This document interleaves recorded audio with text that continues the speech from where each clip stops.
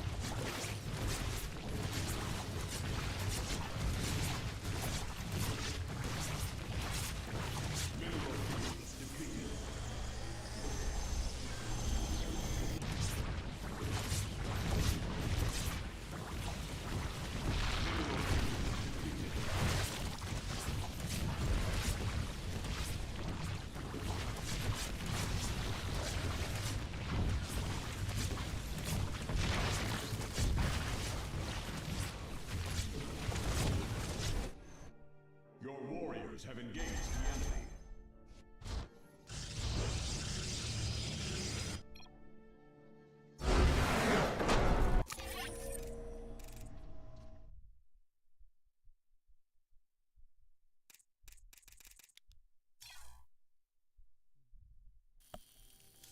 GG.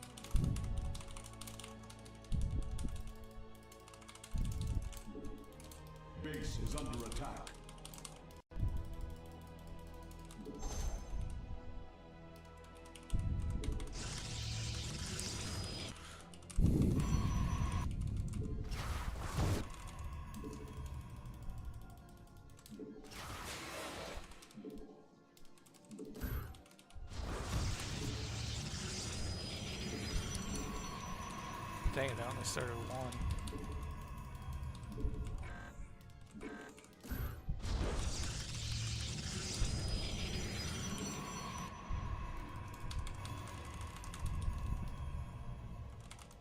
He actually could be proxied. I wasn't really paying attention to his build order, fortunately.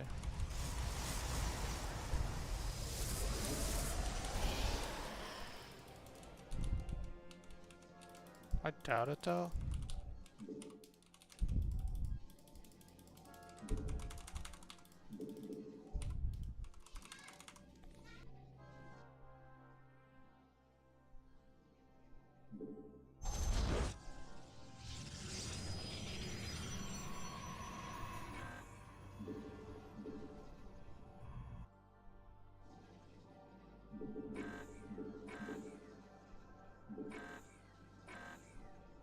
Research.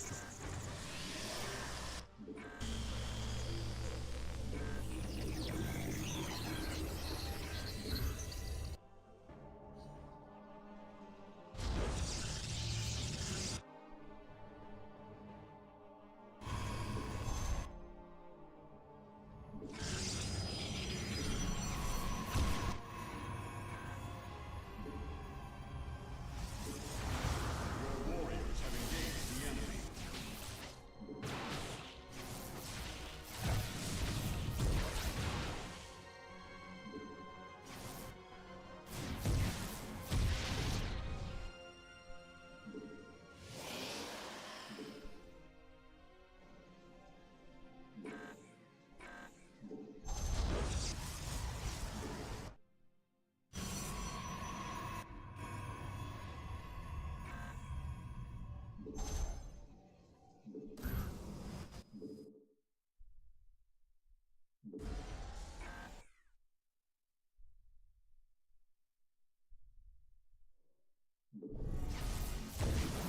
Your warriors have engaged the enemy. Base is under attack.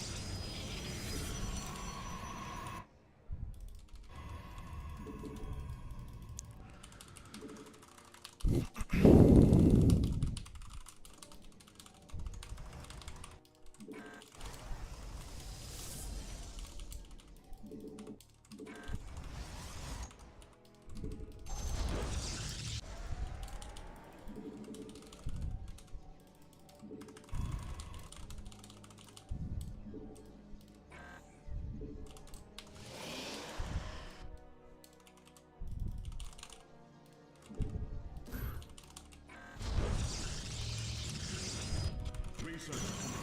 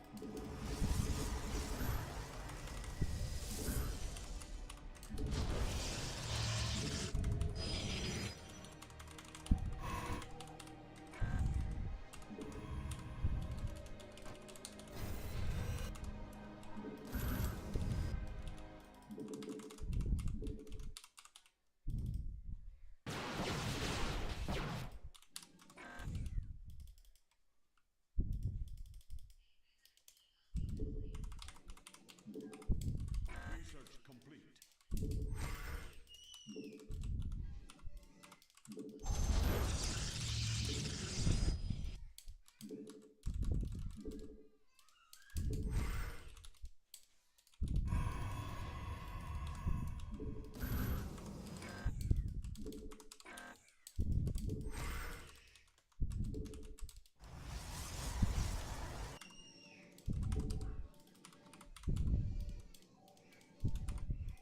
Mineral field depleted.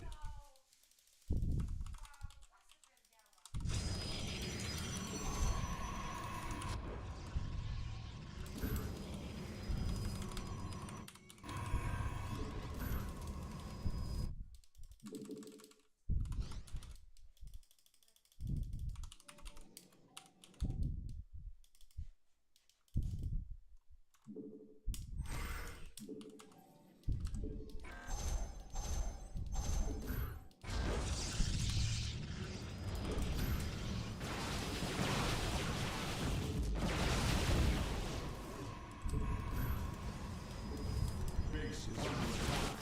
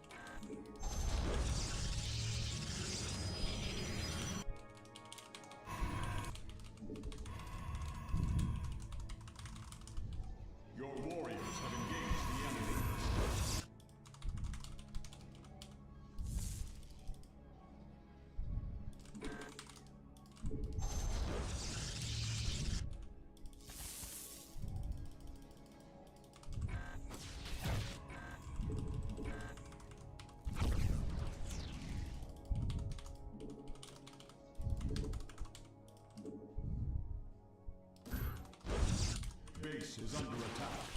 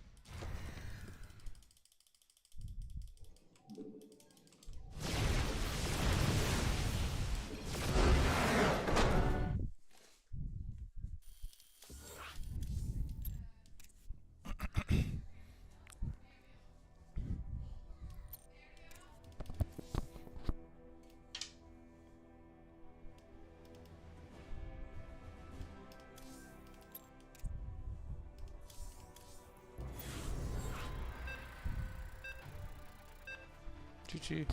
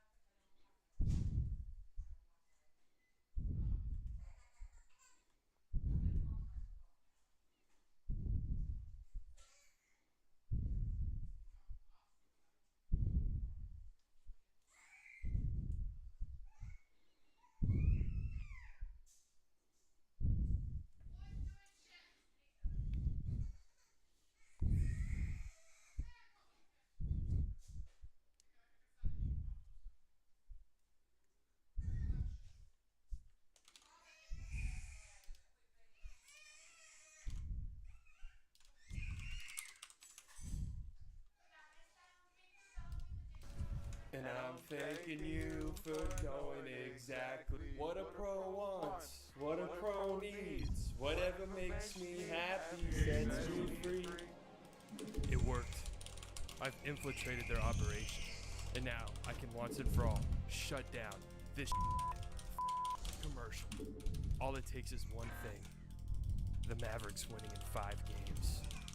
It won't be easy, but it is necessary.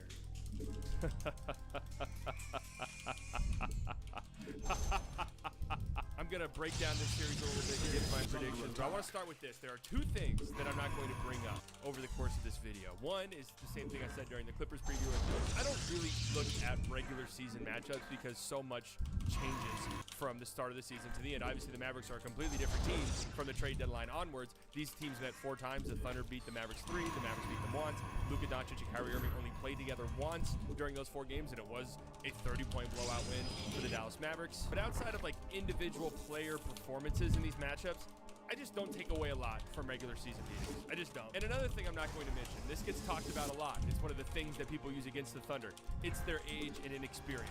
Now, it is true that typically young teams need some balance before they're able to really compete in the playoffs and make deep runs. And this Thunder team, they're the youngest team in the playoffs, the youngest 1 seed of all time. But I'm not going to use their age against them. They're very well coached. They have a play style that's very replicable in the playoffs. They have a legit top 5 MVP level candidate that can help, steady the ship if needed. And they don't, like with the Minnesota Timberwolves a few years ago, or the Memphis Grizzlies a few years ago, you watch them play. They're young teams that are in the playoffs and exciting, but throughout the regular season, you saw signs that they were going to shoot themselves in the foot and embarrass themselves at times in the postseason. I haven't seen that from the Thunder. Like, if at the end of this series, we look at it and say, wow, the Thunder really beat themselves and shot themselves in the foot, that would shock me quite a bit. So let's talk about this series. My good friend Nick Angstad, who hosts the Locked On Mavs podcast, said something to me in a post-game show that really kind of stuck with me, that he thinks this series is going to be short, regardless of who wins. And I thought about it more. And I think he might be right, only because these 2 teams are so fundamentally different from one another. One plays isolation-heavy basketball that is very big and physical and dominant, and they want to out-physical you. The other is more of a finesse team that drives the ball and uses emotion offense and is smaller, but flies around defensively and concedes rebounds and concedes their size. So I just feel like whichever philosophy comes out on top might do it in a convincing fashion. I mentioned the size. That has the potential to be a real, legitimate issue for the Oklahoma City Thunder in this series. The Thunder were one of the worst rebounding teams in the NBA this season, and easily the worst rebounding team left in the postseason. The Mavericks, from the trade deadline onwards, were like a top 10 team when it came to rebounding. And I've heard people say that, this lack of size and this lack of rebounding is baked into the Thunder's scheme. And they're still top 5 offense and still top 5 defense. I've seen this story before. The 2022 Dallas Mavericks were a top 10 defense despite their lack of size and despite their porous rebounding. It was all kind of baked into the equation. And it finally came back to bite them in the ass in a major way against the Golden State Warriors, who just out-physical the shit out of them and out-rebounded the hell out of them. And it lost the series for them. I'm not saying that's what's going to happen here, but the lack of size is going to be an issue at some point for the Thunder. And you look at the 2 bigs for the Mavericks and what they did in this matchup over the course of the season. Derek Lively in 2 games against the Thunder this year, 12 points per game, 9 rebounds per game, 3.5 offensive rebounds per game. And Daniel Gafford in 2 games, 19 points per game, 12 rebounds per game, 5 offensive rebounds per game. Those 2 have to leave their mark and absolutely dominate physically. Because unfortunately for the Mavericks, Maxi Kleber will not be available at all in this series.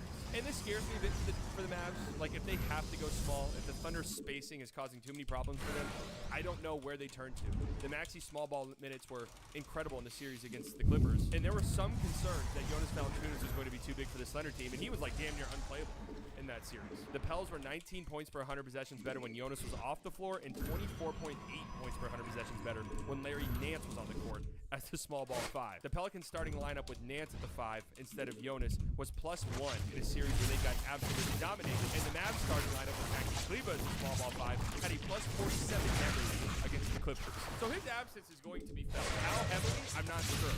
That's a big swing factor in the series. But look, it's not a sure thing that Chet Holmgren is going to get dominated this series like some people think because of the size. It's not a straight thing at all. In fact, I think Chet Holmgren is far and away the biggest swing factor in this entire series. Him and Jalen Williams and Jay Will. And Chet absolutely dominated the Pelican series defensively. I mean, he was an absolute menace. The Pelicans shot 45% at the rim when guarded by Chet. The Thunder had a 93 defensive rating when he was on the floor. He averaged 3 blocks per game. So he's going to be a rim returner.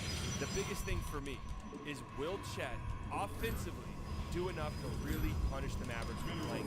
Will he be able to knock down open threes? Will he be able to attack mismatches and attack closeouts from the big? He shot 30% from 3 in the series against the Pelicans. He was 28% from 3 over the last 25 games of the season. Defensively, he's been good really all year. But there really was a rookie wall that it felt like Chet smashed into offensively towards the end of the season. And if Chet struggles from deep in this series or struggles offensively, I think the Mavericks are going to be able to impose their will with their bigs. Like, they're going to be able to get away with it. They're going to have somebody, at least at all times, that they're comfortable sagging off of or playing off of, which is not really a thing they had in the Clippers series when Zubac was off the floor. And for as good as Chet's been defensively, he doesn't provide the problems that Zubac provided the Mavericks early in that series. We felt like Zubac was going to average 45 points per game. It looked like Zubac's Eliza one. So obviously the bigs are a big factor in this series. And again, I think Chet is the biggest factor in this series, because if he's knocking down threes and playing ball offensively, the Thunder have a lot of things to throw at the Dallas Mavericks. And it's going to be difficult for the Mavericks to keep up offensively, especially if they're not knocking down shots. The Thunder shot 39% from 3 against the Pelicans. They shot 39% from 3 during the regular season. That was the 3rd best in the entire NBA. They are a great three-point shooting team. They generate a lot of great looks for their shooters. And the Mavericks, who attempt a lot of threes, have not been that great at shooting since they made their trades. They were 11th in the league from the trade deadline shooting, and they only shot above the league average twice in the 6-game series against the Clippers. They're going to have to hit threes. Now, the good news is they're going to generate a lot of their favorite looks, which is corner threes. Nobody needs more corner threes than the Oklahoma City Thunder. I think it's a product of them being strong, having to help. 14% of the Pelicans shots in round 1 corner threes. That was by far the highest in round 1, yet they only made 22% of those shots. The Mavs got more corner threes than anybody in the NBA did. That number dipped a little bit after the trade, because they're still the 4th most in the league. The problem is, after the trade deadline, they only hit 33% of their corner threes, which was by far the worst in the NBA. Now, they were 42% on those corner threes against the Los Angeles Clippers, but this is also going to be a huge swing factor. The Mavericks are going to have to knock down threes. Guys like Dante Exum, who was kind of unplayable, is going to get a lot of minutes. He's going to have to knock down threes. He was 45% from the corner during the regular season. He was 0 for 3 against the Los Angeles Clippers. Those have to go. Josh Green, 40% from the corner this season, 27% in round 1. Those have to drop for him. PJ Washington, 23% from the corner this season. That's just an insane stat. 23% from the corner during the regular season. But hey, 41% in the playoffs. Playoff riser. You're going to need that from PJ Washington. And then you have Derrick Jones Jr., 56% from the corners in round 1. Tim Hardaway is back and should be playing in this series. 40% from 3 in the corner during the regular season. The Mavericks are going to have to knock down these shots. It is imperative, because the Thunder will hit their threes. Again, they generate great looks. They have a lot of great three-point shooters. Jalen Williams, J-Dub, is a good three-point shooter. They have Isaiah Joe off the bench who can knock him down. Casey Wallace can knock him down off the bench. Obviously, Chet Holmgren, when he's on, can knock him down. Lou Dort was nearly 40% from 3 in the regular season. And Josh Giddey, who everyone just leaves wide open, was 50% from 3 in the series against the Pelicans on 4.5 attempts per game. It's difficult for me to imagine the Mavericks mucking the game up enough for them to win games in this series, despite shooting terribly from 3. So the 3 ball is going to have to drop for them, because the Thunder do not play like the Clippers. The Clippers isolate more than anybody in the NBA. The Thunder are good at isolating, but it's not really what they do. They drive. They put endless pressure on the rim. Now, this is again where the Mavs' size comes into play here. Nobody protected the rim better than the Dallas Mavericks in round 1, but they're going to have to stay connected defensively. They can't get beat backdoor. They can't fall asleep off ball. They're going to have to be locked in. And we know how good this Mavericks defense has been, but that's where teams get them trouble, is when they're moving the ball around and they're flying around and they have motion offenses. Think the Indiana Pacers. Those were 2 terrible defensive performances from the Mavericks. I don't think it's a coincidence that it was against a team that flies around and moves the ball. One thing that I think could play into the Mavericks' favor is that the Thunder's defense is really built on pressuring the ball and forcing turnovers. No team in the NBA forced more turnovers than the Oklahoma City Thunder this season. The Pelicans averaged 18 turnovers per game in the first round. That is the 4th most in any playoff series over the last 10 years. And the Thunder averaged 1.6 points per possession off of those steals. So the Mavericks are going to have to take care of the ball. They were great at it during the regular season. They had the 5th lowest turnover percentage. But it's been a sneaky problem for them. They've gotten a little careless with the ball at times over the past couple of months. That number dipped to 9th, the 9th lowest over the last month of the season. So it's imperative that the Mavericks take care of the ball. And I don't think the Thunder are going to be able to generate as many turnovers against this Mavericks offense led by Luka Doncic, who's also a big deal in this series. How healthy is he? I don't know. Obviously, he still put up stats, and he was a huge. I mean, the Mavericks dominated the minutes when Luka Doncic was on the floor against the Los Angeles Clippers, but he shot 23% from 3. I've seen a lot of talks online about the Yorker chamber, Jordan coming to lock up Luka Doncic, even though I think Luka Doncic is kind of injured as well. His career. I do think that this is a better matchup for Luka than the Los Angeles Clippers, who I just think have more size to throw at Luka. He averaged 34, 11.5, and 13.5 assists per game against the Thunder this year. That's the most assists per game against any team this season. I don't think it's a coincidence that the Thunder allow most corner threes in the league, and Luka averaging just 14 assists per game against them. It's not a coincidence at all. I'm concerned about his knee and how ready Luka is going to be, because there were times in the Clipper series, especially early on, where it did not look good. It did not look like the Luka we've grown used to. He looked much better in the final couple of games of the series. He had 10 assists or more in the last 3 games against the Clippers, and he was just getting to his spots much easier. It just felt like he had a little bit more bounce in his step. Now he's gonna have to shoot better than 23% from 3. Like, I don't think that's gonna cut it in this series. Again, I think the Mavericks defense is legit. They are incredibly legit, and I think they're going to do a good job on the Thunder, and that's because I think they have the size to make life a little bit difficult for the drivers. I think they have the size to just disrupt Shai Gilgeous-Alexander just enough. They have that interior defense that can alter shots at the rim and prevent shots at the rim. But even then, I don't think 23% from 3 is going to cut it. I just don't. He's going to have to shoot better in this series. Of course, you have Kyrie Irving, who 20 points per game in the second half in round 1 against the Los Angeles Clippers. Who are the Thunder going to be throwing at him? And hopefully for the Mavericks, they don't need Kyrie eruptions in the second half to win games in this series. That's something that they have to be better at. Going into game 5 of the series against the Clippers, the Mavericks had a -40 net rating in the first quarter.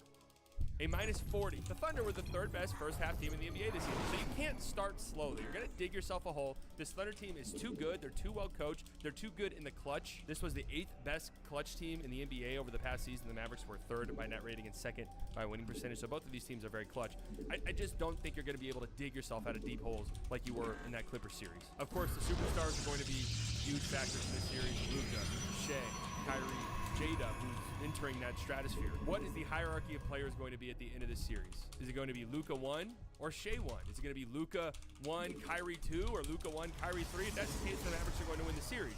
If it's Shai 1, Luka 2, J-Dub 3, then the Mavericks are going to lose this series. I really don't know. I think game 1 and game 2 are going to be very, very telling. I don't think either team is going to feel very comfortable falling down 1-0 or even 2-0. Like, I don't know if this is going to be a series where a team claws out of a 2-0 deficit. It's possible, but just the way I'm gauging this series right now, it feels like we'll know kind of early how it's going to go. And as far as my pick, shooting has been very important in this postseason so far. The teams that shoot better from 3 have won pretty much every single game. But at the same time, I've seen size win out time and time again in the postseason. That's why the Mavericks made such a concerted effort to get bigger, because they've seen it themselves. And that's why I'm going Mavericks in 6. And I have to be brutally honest with you. If I knew that Luka was going to be 100% healthy and the knee wasn't a problem, I would feel very good about a Mavericks in 5 prediction. I just would. And all the discourse I've seen on Twitter are, you never watch our team because blah, blah, blah. You never watch our team because blah, blah, blah. This should be toxic, and I like that.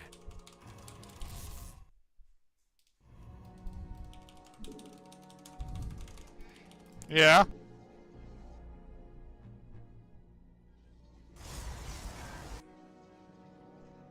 Your warriors have engaged the enemy.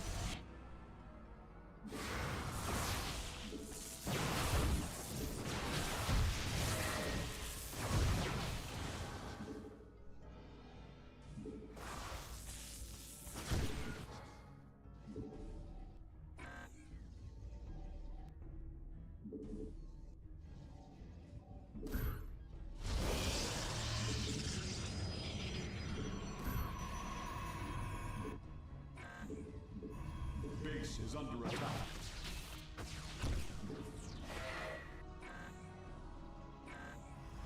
Research complete.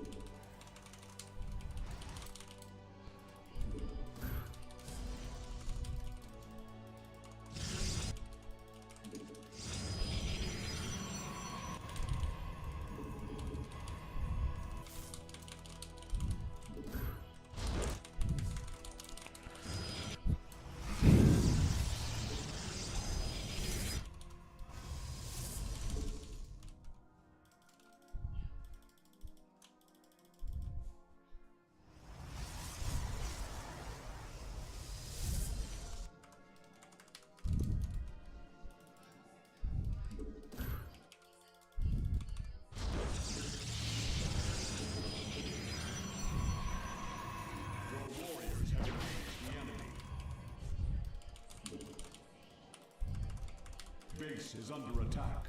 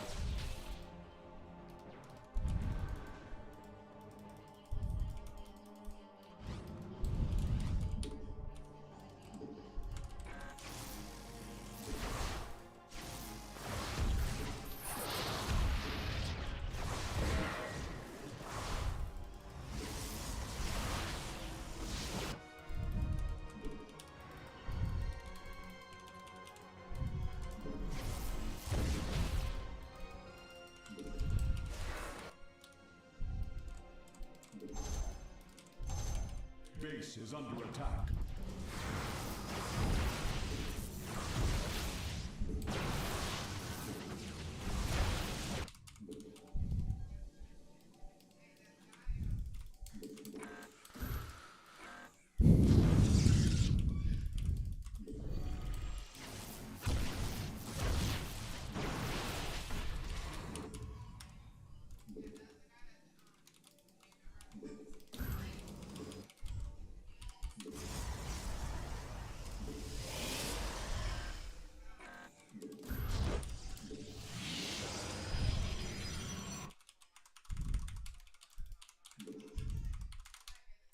Your warriors have engaged the enemy. Your warriors have engaged the enemy. Base is under attack.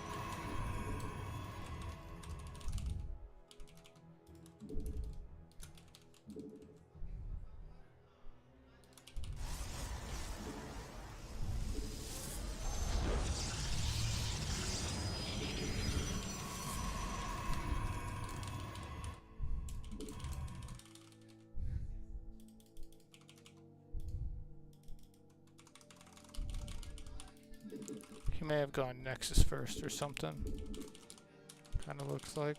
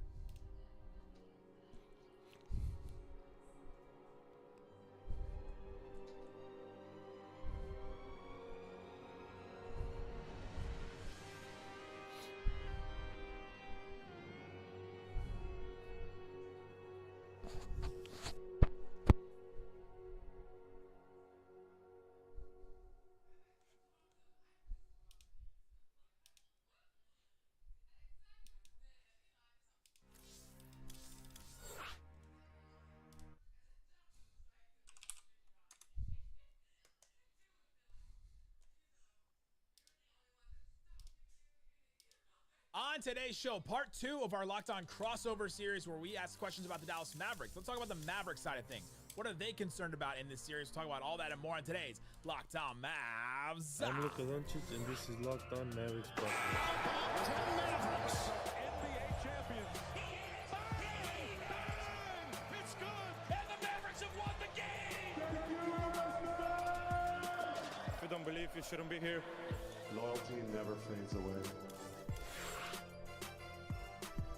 And welcome. You're locked on to the Dallas Mavericks. My name is Nick Engstead, media member and NBA channel manager for the Locked On Podcast Network, your team every day. Thanks for being part of the show, making Locked On Mavs your first listen today. The best way you can help us grow the show is to listen every day, leave a 5-star review, like the video on YouTube, and comment anything below. Let me know, what is the one thing you're concerned about on the Mavericks side in this series? What are you concerned about? Let me know that. Game off, we got to talk more about Monopoly Go. This fast-paced game lets you play with your friends and team up for unique tournaments, unlock awesome prizes, unique stickers for trading, things like that. Cool playing pieces and hilarious emojis to taunt your friends with. So download Monopoly Go now free on the Google Play or the App Store. Game on. All right, this is part 2 where Rylan asks me Mavericks questions about the Mavs side of this series. Let's get into it. And now we welcome in Nick Engstead, host of Locked On Mavs, to discuss this epic second round series. I think the best series on the board in the NBA playoffs. Thunder, Mavericks. Nick, how you feeling as we get this series started soon? I'm feeling good, feeling nervous, but I'm excited that it's the real close team that I can just drive up to these games instead of trying to travel all the way to somewhere. But yeah, I'm excited for these two teams, and I'm really excited for some of these matchups we talked about in the first part of this. So yeah, let's talk about the Mavs side of it. This is part 2. Check out part 1 already posted. Get ready to learn a fast drive up and down for these games. But first off, what's the temperature check for Mavericks fans as you close out the Clippers in 6? Like, what are the vibes? Oh, I wish I still had the vibes or immaculate drop from Jalen Brunson, but I retired it when Jalen Brunson left for the Knicks. But the vibes are close to immaculate. People love this team. They love what they see from this team. I've been hanging out with Mavs fans at games and just hearing them talk about how they love the physicality of this team. Like, a Mavs crowd loves a good offensive rebound. They love a good fight for a rebound, fight for a loose ball. And this team is getting that. And Kyrie, who was brought in and was kind of like a risk for a lot of different reasons, has been anything but. He's been amazing, and he was the best player in the first round series, Luka included. And it's been awesome to see at the beginning of the playoffs. We asked Luka, what's different about this time matching up against Clippers compared to the first 2 times matched up against Clippers in the playoffs. And he goes, we have Kai now. And he could not have been any more right in that sense, because Kyrie showed up in big ways in that series. And having him, having Luka, having a defense now, having centers now, it's like all the things Mavs fans have wanted for such a long time. The 3-point shooting has taken a hit for sure, but people are really, really excited about this team. Excited to see what they could possibly do, because I think expectations were really low at the beginning of this season. The expectations certainly have changed, I think, for both sides compared to the start of the season, which we're going to dive into in a second. But among the celebration of the first round, we also lost Maxi Kleber for basically the entire postseason, at least for sure this series, it seems like, from all the verbiage and everybody involved. How big of a loss is Maxi as a guy who, to most people, just be viewed as a bench big? Yeah, Maxi you look at his production and look at his numbers and you'd go, why are you guys making such a big deal about this guy? But he unlocks a lot of different looks, and I think the playoffs are a lot about the types of looks that you could throw out there, the different lineup combinations, the way that Maxi was their small ball 5, in the way that if they ever wanted to go small and try and match up, Maxi was a guy that can guard guards, he can guard wings, really good defensive big man, and he's 6'10", but he also, for some reason, shoots really well in the playoffs and does not shoot well in the regular season. So he shot 10 of 18 from 3 in round 1, was a really big reason why they won that series, and was a big reason why they won in 2022 as well. And so now you take him off the board and you take off a lot of the different looks that they can go to. The Mavericks have not gone to PJ Washington at the 5 very much at all this season. They've gone to it maybe 2 or 3 times in games. And so if they need to go small for whatever reason, whether try to do that or the Mavs have to match them or whatever, that's not something that they've been really used to playing. And so I'm really fascinated to see what Kidd decides to do if it comes to that. But they take away some of that versatility. You also take away, he could play with the bigs too. He could play as the 5. He could also play with Lively or with Gafford, and you don't lose a ton either. And so that's another look. huge lineup where they would play like Luka, Derek Jones Jr., PJ Washington, Maxey, and Lively or Gap. That's a massive lineup now you can't really go to anymore because he's not there. They also lose a three-point shooter, which is massive for this team now because you do have a bunch of shaky shooters. PJ Washington shot like 31% from three in the first round. Derek Jones Jr. shot decently well in the first round, but only took like 13 threes. And you look at the rest of the guys, you're like, man, there's just not. Exum missed all 6 of his threes after shooting 56% in the regular season. So you lose a piece that makes you more versatile. You also lose a shooter and you lose a defender. Like that hurts you in a lot of different ways, even though he only played 19 minutes. Yeah, and I think that the playoffs, like you said, are about looks. I mean, even to the minute ability of, you go back a few years to Rick Carlisle putting Boban out there for a segment of a game playing zone, which started him 3 games. Started him 3 games, Rylan. I just need everyone to remember that. And that threw a wrench into things, and it really just was a little bit of a wrinkle that catches you off guard. And in a playoff series, in a sprint to 4 wins, any portion of minutes that you can win is a massive deal. And now there's a tool at your toolbox that would have been more valuable, I think, against the Thunder versus almost any other matchup of playing Maxey at the 5. Yeah, it would have been really nice to have him. It would have been. I still go back to the play where he got hurt. Why did he take off from a foot inside the free throw line? Why did he jump? He could have just taken a Euro step around him. I mean, he's from Germany. Take the Euro step back. He was there for you, but he's out. He's not going to be in the series at all. And so Jason Kidd said next man up, which apparently means Markieff Morris, which I don't think it does. What I think it means for the Mavericks actually is that next man up is, all right, Exum, you have to be able to play. I think you have to be playable because you are the next kind of defender up. They need one more guy to defend the perimeter. They need one more guy to fill in for offense and things like that. I think Exum will fill in some of those minutes. I think Josh Green maybe has to fill in some of those minutes. And then it's 48 minutes of the 2 centers. He's got this is a matchup that I think is good for both of them. That matchup hurt him really badly the first like 4 plays of the series. Zubats went right at Gafford and scored right over him 3 times. That was so wide eye-opening for Gafford and for all of us who were watching him. And I do think that Gafford struggled with but he does not struggle against I think he'll be better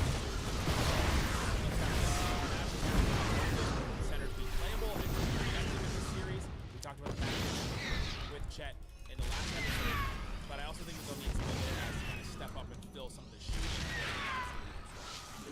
I think that, we talk about Boban, it's kind of a little bit of a joke, but now Jason Kidd, who's also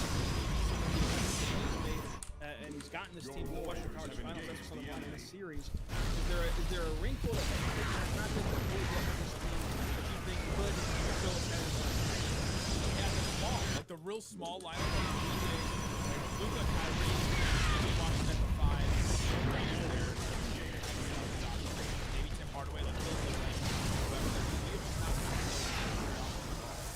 so if they decide to go to that, it would be a brand new look that really the Mavs haven't Thunder wouldn't be ready for it either. They wouldn't know what to expect with it, and so that's a look that I think they can go to.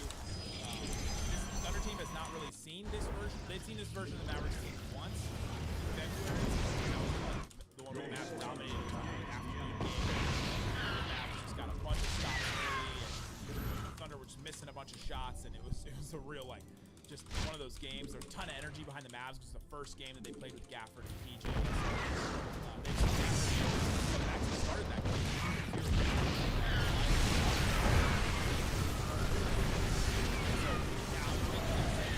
How that works between the 2 teams. I think that's a good call because I think that coaches oftentimes get baited into trying to play as small as the Thunder, which usually doesn't work. Usually, if you try to out small ball a Thunder team designed for small ball, it has to the series. And we saw when the Green did that a little bit, and see if Jason Kidd ends up that way as well. Staying on the rotations for just a second. What's the deal on the Exum? Nick, is he going to get back in the rotation? X gonna give and X gonna take it away. Because in the regular season, he was so good. He came back from the EuroLeague. He spent some time over there. He had become a good shooter. He shot 40% of the really good story. He came to the Mavericks. He's shooting 50% from three. He literally won the Mavericks 4 games. If he does not exist on the Mavericks, they are 4 wins. They are right now. It's really a weird thing to say about both of them, but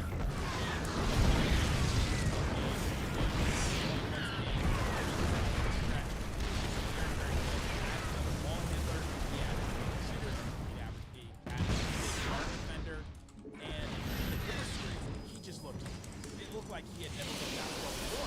He looked like he was deer in the headlights in that sense. So I'm really hoping that he shook off some of the nerves and is more effective. They're going to need that other ball handler. I don't think they'll get away with just Luka and Kyrie creating for themselves and creating for others, and that's it. I think they'll need one more guy to, like you said in the first episode, go off in order for the Mavs to win. I don't think Exum's not going to fill it up, score 20 or whatever. That extra, like, give them 10 points, like 3 or 4 assists, something like that. That's what they need out of just one more guy. They don't have another really ball handler other than Jake Hardy is not really played out as that kind of ball handler. Hardy plays not that guy at all to handle the thing that we have. That, yes. And so now with Exum, it was just a really weird thing to see Exum kind of shrink in that moment. Different from the great event. What are their biggest advantages?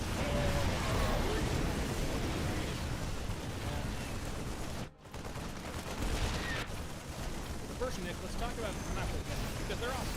And we do such a variety of ways to we can team up and have tournaments work together to build all these boards. So what I like to do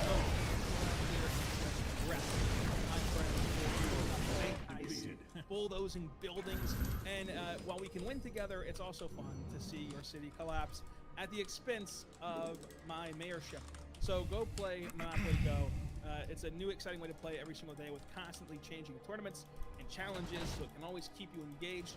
I'm a level 1,000 on Monopoly Go. I am Monopoly Go. So try to do fun events. Always big. I can help you out and get you where you need to go with multiple ways to play. Heads up, leaderboard, there's always a new fun way to discover playing Monopoly Go whenever you go there right now to go download the game for free on the Google Play Store or the App Store. Game on with Monopoly Go. Also want to say right now, but good friends over at FanDuel. FanDuel's fantastic this time of year because there's so much to bet on. Most importantly for us, the NBA playoffs, but also Major League Baseball's in full swing. The Stanley Cup playoffs are right here in the thick of things. The Stars play a Game 7 tonight. For Dallas, see if they can get past the pesky Golden Knights. Right now, new customers get $150 in bonus values for the winning of a $5 bet. It's $150 to bet on the spreads, money lines, player props, and more. When you visit FanDuel.com/lockdown, you can make every playoff shot count at FanDuel.com/lockdown, America's #1 sports book. And this series is going to be a tightly contested one, we believe, and so do the sport books, because the Thunder at home for their first playoff game in 2016 are just 3.5 sure to be rocking, arching the crowd. Place your bets at FanDuel.com/lockdown. We're back on the Lockdown Thunder podcast and a Lockdown Mavericks podcast. This crossover episode. What is this? Crossover episode, Nick? It's going to be fun to see how this series plays out. But right now, when we look at the series, dive into just a gut check of the biggest advantages that the Mavericks have over the Thunder. I'm fascinated to see who guards Kyrie and who sticks with Kyrie because he is, on my show, we've joked all year that Kyrie clocked in. He comes during the game, 2 o'clock in, and all of a sudden, in Game 6 against the Clippers, he had 2 points in the first half. 2 points. And no one was concerned at all in any way. Like, no one was concerned about Kyrie at all. If your star has 2 points in the first half, normally you'd be like, man, this is terrible, this is awful, he can't buy a bucket. 2 points, finished with 30. He goes off at some point during the game, and he just decides that he's playing his best basketball. So I think that is the advantage where he's more tied up on Luka, then throw SGA on him and try chasing him around, throw Jalen Williams on him. Who do you decide to do? Let Casey Wallace just figure that out? I think that is a big advantage that the Mavericks have. It's just that Kyrie has been so good and can turn it on at any given moment. I've compared them. You know, I should have been going Void Zach Lowe Rays. was complaining about the Batman and Robin comparison is like all played out. I've compared Luka and Kyrie to Mr. Fantastic and the Human Torch. Kyrie is the Human Torch. He can flame on whenever he wants, turn it on. Luka is Mr. Fantastic because he can give you literally anything that you need in a game. You need a bunch of assists, he can give you that. If you need post-ups, if you need mid-range, he can do that. And so I think that Kyrie is a massive advantage in this series. I think that with this series, it's going to fall a lot defensively on Ludor and Jalen I hate Williams. playing Those those two guys, builds, I think, will man. be tasked with defending Luka and The Kyrie. stupid but bunker also, pushes are just rookie so Casey annoying. Wallace will have to get the job done. We've seen Wiggins get thrown at those two guys as well. So the Thunder do have a complement of lengthy defenders who can hold their own the best you can. You're never going to stop either one of those guys. You just hope that you can provide a speed bump to their offensive road. But Shea's also been locked in defensively. It's a guy that's chicken or the egg of like how often do you want to use him defensively on Luka and Kyrie when it's not the waning moments because you're going to demand so much of him offensively. But in those tight moments down the stretch of games, he can certainly get the job done, especially with how good he is passing lanes and blocking shots from behind. But I would imagine that the majority of this contest and the majority of this series will be Luka getting defended by Lou and J-Dub defending Kyrie. Yeah, the star matchups, and I'm sure we'll see a lot of switches. I mean, we saw that in the Clippers series. Luka guarded James Harden a ton. He had to. He guarded Kawhi when he was playing. Kyrie had to guard those guys too. I mean, we'll see that too. They'll do that. And the Mavericks have more favorable matchups than the Thunder do when it comes to, all right, we got to switch somebody on him. All right, if the Mavs want to switch somebody onto Luka and Kyrie, it's probably Giddey or Chet. And that's not as good for the Mavericks as, all right, we'll put Luka or Kyrie on one of the stars for the Thunder. So I'm really interested to see how that works out. But yeah, Kyrie is a big advantage. I do think that the center matchup is an advantage for the Mavericks. You got two guys versus the Thunder's one. And you're not going to play Chet 48 minutes. And so there will be times when there's like a non-Chet center. There will be Jalen Williams, the other one. Oh, I hate that he's the other one. every time I tell him, I know, but no one knows what that means outside of Oklahoma City, who J Will or J Dub is. But yeah, the other one, the grounded one. And so I think that there will be moments where it's like, all right, the pick and roll is just running with either Lively or Gapper. That is a big advantage too.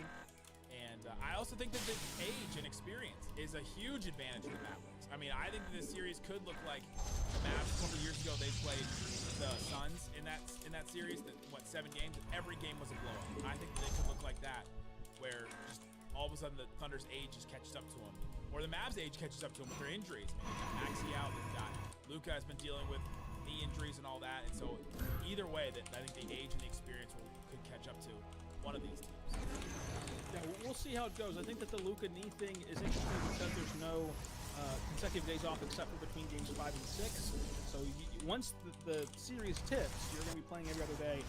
Not a lot of time to regroup and rejuvenate that knee, which I don't think is going to get much better. It's just that you're going to have to cut through it, which Luka has been able to play through pain and through various injuries before. So I'm not too concerned about it, but who knows? This is still going to have to take 7 games or 6 games, I think, to get a conclusion for this series. I think that this series will be played, within 10 points, which at that point, do you lean toward the experience of Luka closing out playoff games and Kyrie certainly closing out big games versus the Thunder, or do you lean toward the Thunder being able to outlast the Mavericks?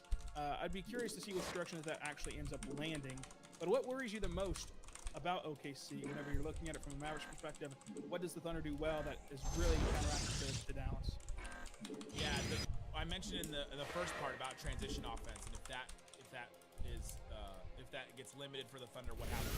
But I am worried if it doesn't get limited at all. If the Thunder are spending 20% of their time in transition, or 16% or whatever in transition, I think that's bad for the Mavericks. The Mavericks defense has struggled this season when you move the ball a lot, you make them play catch up on defense, you throw the ball around, and all of a sudden the Mavs have to just make decisions because their defense is all predicated on these switches, these rotations, and everybody covering for somebody else, communication and effort and all that, which a lot of defense is, but this Maverick team really, really relies on that. And so if you start making them move, start making them have to make second second choice decisions. This Mavericks team does not have a lot of continuity in it at all. They've played really well. Their defense has been really awesome the last couple months of the season, but we mentioned the number one lineup for the Thunder has played like 1,700 minutes together. The Mavs has played like 300 minutes together. It's very, very different in terms of continuity and playing together, and that I think affects the defense in really tough moments. They had some of those moments, so I think they're tested against. I think this team is tested a little bit against that. Your warriors have engaged the enemy. Games they shot the three ball insanely well, made 18 threes, and then they only won those 2 games. But I'm curious about that, and I'm nervous about that. Research complete. Thunder, the Mavericks moving, and if they start pushing in transition a lot, getting easy ones, and then all of a sudden, the ISO game versus the ISO game on either side is a wash because the Thunder have built up all these points in transition. Yeah, that's where the Thunder can really come into this thing with a different perspective of, technically, Shea is an isolation player, but there's so much going on besides Shea on the ball. Whenever you're having guys cut back door, and you're having guard-to-guard screens for Shea in isolation, like you can do so many different things than just take it out of the way and let them go cook. Like that's actually not how the Thunder play overly often, which benefits them in the long run.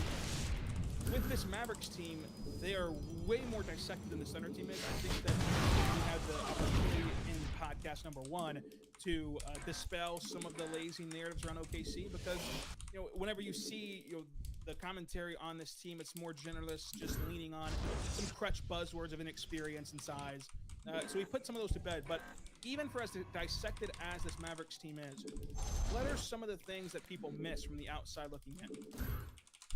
Yeah, I think they miss the defense. How good the defense has been. It's a real playoff defense. They played really well against the Clippers, and I think that people miss that.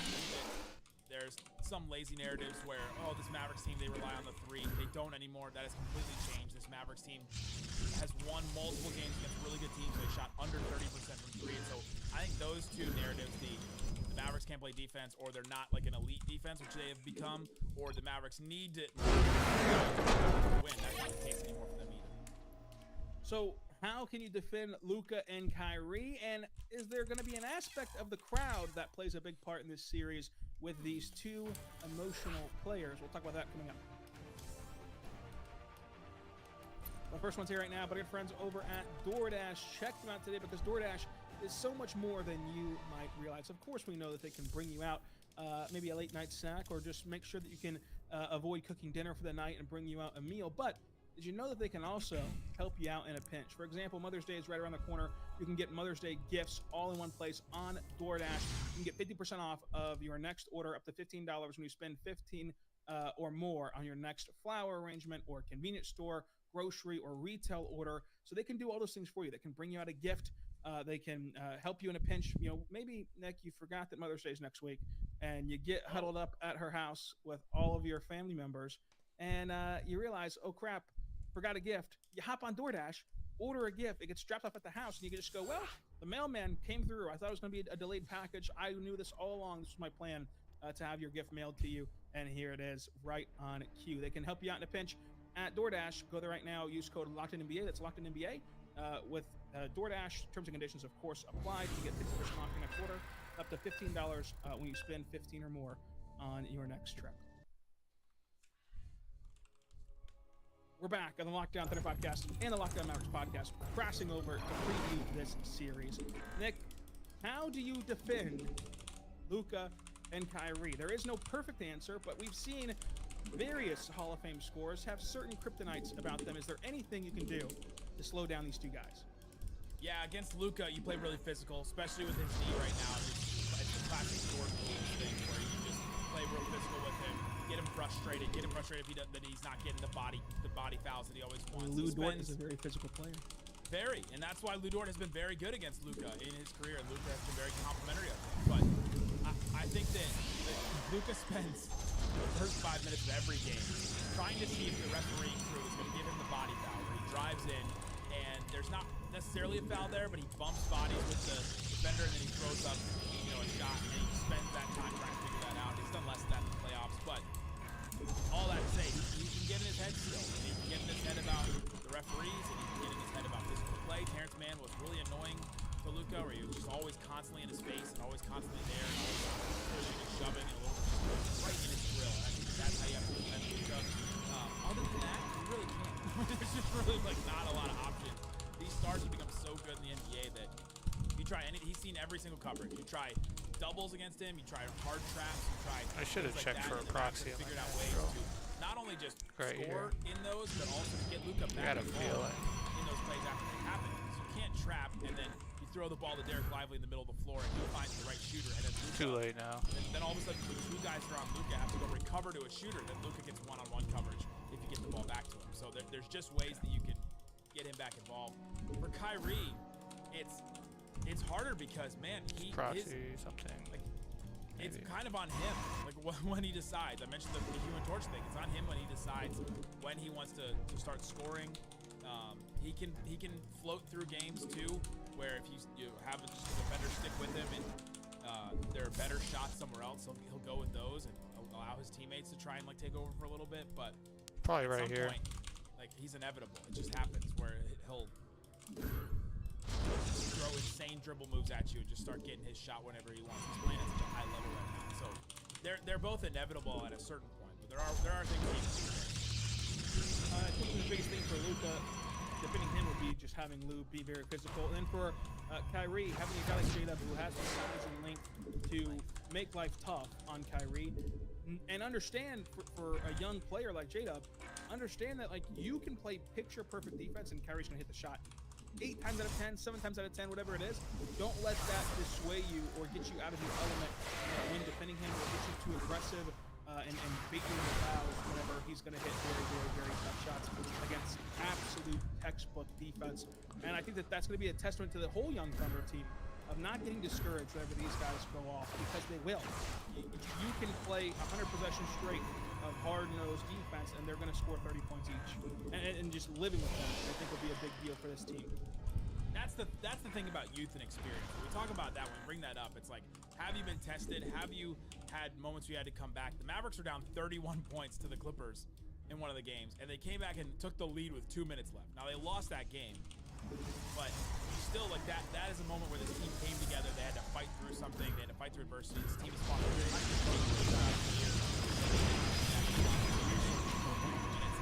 Until like game like 70, basically. It was wild to see that.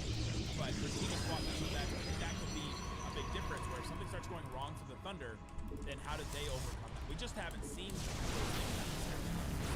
I think that's something. We haven't seen it yet on the playoff stage. The Thunder did, of course, suffer through a 30-0 Dallas run earlier this regular season and still won the game, which was brutal for the Mavericks. They've also came back in various other and Kyrie did not play. Kyrie did not play. Actually, I think that the regular season series was close out, but they kind of seen half the rotation was out. Kyrie back And they were able to withstand tough Luka buckets for sure during that stretch. But you've seen various times with the Thunder this year have mounted comebacks or have nearly blown something and tightened back up. They've won games in a variety of ways, so I think it'll be very fun to watch them handle their first playoff loss. They did have to gut out a few of these wins. I mean, games 1, 3, and 4 were very tough on the Thunder, and at certain points were teetering in either direction. But they've never actually lost and had to sit with a playoff loss before. And the first time you do that, it can really breed varying results. To this point, we've seen the Thunder be uncommonly mature, as they put it. In the press conferences, they're slowly different ballgame in the playoffs after a big loss. I want to get your perspective on that. I look at Kyrie and Luka, and how much of this is still the true perception of, like, they've got a little bit of that Westbrook in them, where you can almost bait them into being too emotional and playing out of sorts. Whereas we saw in that third game, in the crowd in OKC, which that crowd was nothing compared to what you're going to see in the playoff crowd, as we saw for the 2 Pelicans games. And then Luka, like you mentioned, you let Lou Dort get up under him and play physical and not get any calls. Does he get a T here and there? And in games that I think, from my side of things, I think will be played within 10 points, give away a couple points, that can really dispel things and really hurt you in that aspect. And if you give a technical foul to Luka, and then Shea gets 2 more fouls on holding the ball, like how emotionally mature, Yeah, the Kyrie example, that's the only time we've seen that don't know, whatever that guy said, say it again. I guess, like, if you want to. I have not seen that from Kyrie at all. He has been the, like, quietest, lead by example type guy this season that that maybe a lot of people didn't expect at all. The other thing on Luka with guarding him is get him in early foul trouble. You kind of mentioned that earlier, where if you can get Luka in early foul trouble, that really hurt him down the stretch, where they need his defense, they need him to not be a weak link in that defensive scheme. And so yeah, if he gets in his head a little bit, he can. But I do think that the crowd stuff fires him. I think it makes him as the game goes on. And so I don't think that it definitely doesn't affect him as much as Westbrook. I watched Westbrook in Game 6 go at it with the everybody or like in that section around there starts chanting Westbrook at him, and then he just turns around and like gives him a little fist bump. Yeah, thanks guys. And I was like, I don't think he thought that was chanting at him, but I mean he was a mess. He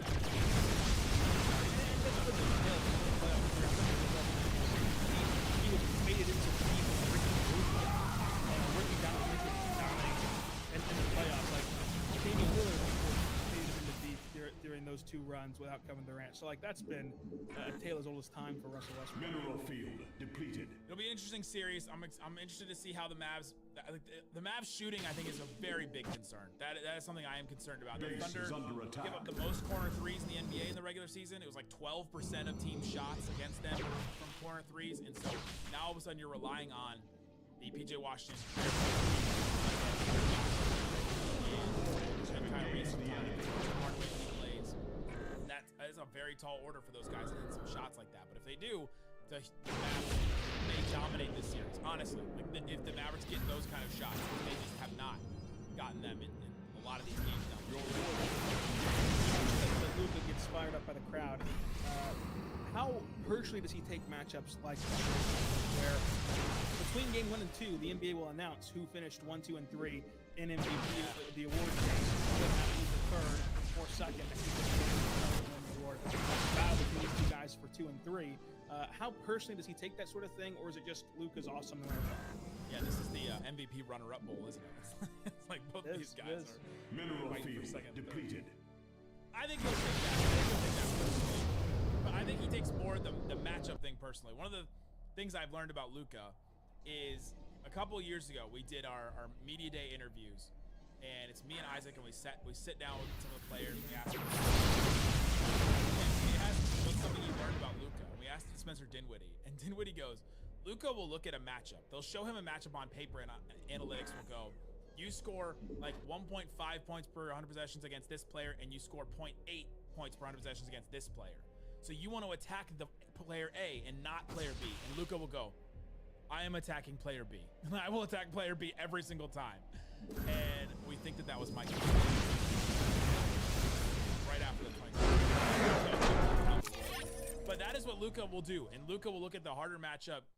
And with his knee stuff, it's been a little different. He hasn't had that same kind of good games. drive.